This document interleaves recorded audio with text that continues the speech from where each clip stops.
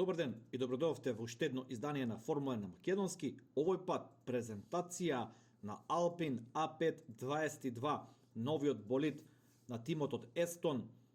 порано познат како Рено, сега е Рено Alpine, придвижуван од Фернандо Алонсо и Естебан Окон. Синоќ имавме можност преку YouTube презентација да го погледнеме овој нов болид и секако презентација на новите бои на Alpine, кои ќе инкорпорираат и розова боја од оваа сезона, со оглед на тоа дека спонзорот BWT се префрли од Астон Мартин кон Alpine, така што оваа година ќе имаме еден друг новитет кога станува збор на шемата на бои, а тоа е дека првите две трки од оваа сезона болидот на Alpine ќе има доминантно розова боја со малку плаво, а од третата трка па натаму ќе продолжи во доминантното плава тркачка боја историска на Alpine со оние розеви делови на болидот кои ги гледаме на овие фотографии. Се на се би рекол еден конвенционален и еден чист концепт на болид, играле на сигурна карта, а инженерите од Alpine сакале да произведат еден болид кој има чиста, добра основа, па потоа со самите тестирања и со самиот од во сезоната да го надокрадат. Би рекол дека она што го видовме и лани, го гледаме и сега, е тесното пакување во централна линија на моторот, во задниот дел на болидот, нешто што Мекларен го присвои во нивниот концепт оваа сезона. Гледаме доста високо кренати отвори за ладење, кои потсеќаат на минатогодишните болиди, односно болидите од веќе, може слободно да кажеме, предходната ера на Формула 1. Останува голем знак прашалник моторната единица на Рено.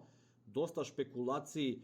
излегува на површина дека таа моторна единица се соочува со сериозни проблеми. Меѓутоа, од Рено велат дека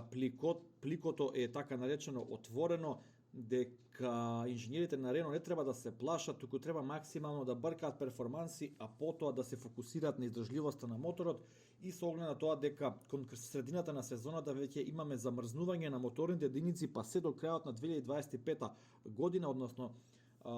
истата сезона во таа година, Рено конечно се одлучи да го превземе концептот на Мерцедес со така наречениот сплит турбо концепт, односно каде што компресорот и турбината на турбомоторот се наоѓаат на двете различни страни од главата на моторот, нешто што Мерцедес го представи прв со новата турбо ера во 2014 година со помош на инженерите од одделот на Мерцедес за тешки возила, односно за оние големи камиони и влекачи. Така да, Рено се одлучува да тргне по тој пат по кој тргна Honda, и гледаме дека Honda успеат лани да дојде до едно ниво пристојно до Мерцедес, ако не во некои моменти и со подобри перформанси, особено на ниво на издржливост. Се на се ќе видиме како ќе се однесува овој болид на Рено меѓу последните представен. Официјално се сите болиди представени, останува само во реалноста да го видиме уште болидот на Red Bull, бидејќи се што видовме е оно генерички модел на FOM и некои многу лоши фотографии од првиот ден на тестирање на болидот на Red Bull. Така да, што ми изгледат и првите фотки утре од првиот ден на тестирање во Барселона од Red Bull, ќе направиме едно видео за новиот болид на Red Bull и со тоа ја завршуваме оваа презентација на новите болиди и почнуваме да се фокусираме на предсезонските тестирања, така да ќе објавуваме видео секој ден после завршување тестирањата со резултати, фотографии, дај Боже некои видео снимки кои нема да бидат блокирани од YouTube. Се на се ви благодарам што го следите каналот Формула на македонски, како и секогаш лайк, шер и субскрајб, и се гледаме во некоја следна прилика. Поздрав!